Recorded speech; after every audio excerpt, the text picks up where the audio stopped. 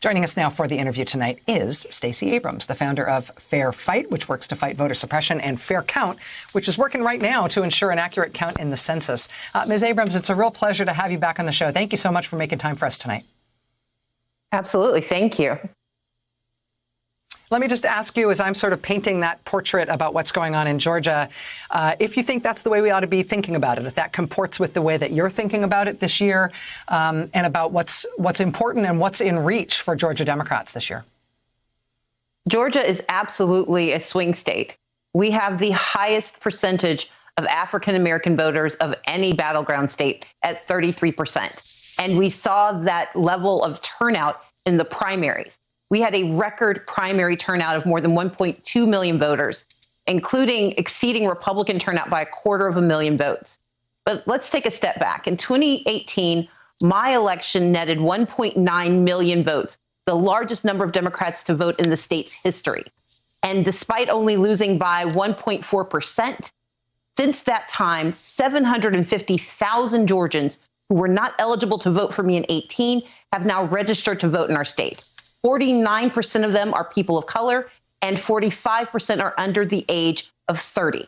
In addition, when you look at the trajectory of elections, President Obama lost Georgia by 8 points. Hillary Clinton, the secretary, lost Georgia by 5 points. In 2018, the margin was 1.4%, and that was with the Secretary of State running his own election. We know that the mitigation of voter suppression that Fair Fight has been pushing, as well as the expansion of access to absentee ballots and the encouragement of registration, means that Georgia can turn out 16 electoral votes, pick up 2 Senate seats, flip another House seat, and flip a state legislature, flip the House, so that we can actually be at the table for redistricting. Georgia is a battleground state. The numbers say it so, and the math works.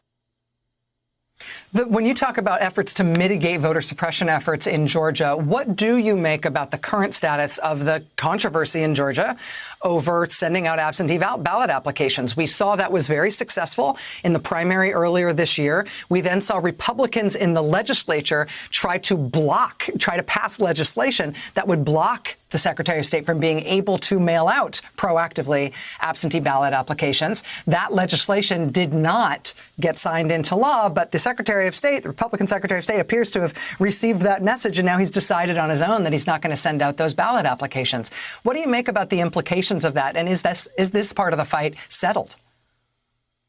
Of course it's not settled, because until we have the election, we know that the shenanigans, the malfeasance, and the incompetence will continue. But what we do know is that during that legislative session post June 9th, Fair Fight was at the table, and we were able to help block legislation that would have made it more difficult for voters to use absentee ballots. We knew that the Republican Secretary of State was going to bow to the pressure from President Trump, and he would rescind the smart decision he made to expand access to every Georgian who is eligible to vote.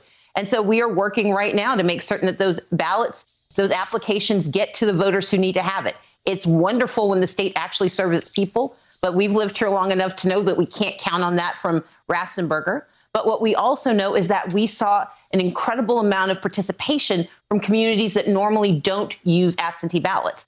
Part of that is driven by COVID-19, but part of it was also driven by the education and the work that we did in 2018 to expand access to absentee ballots.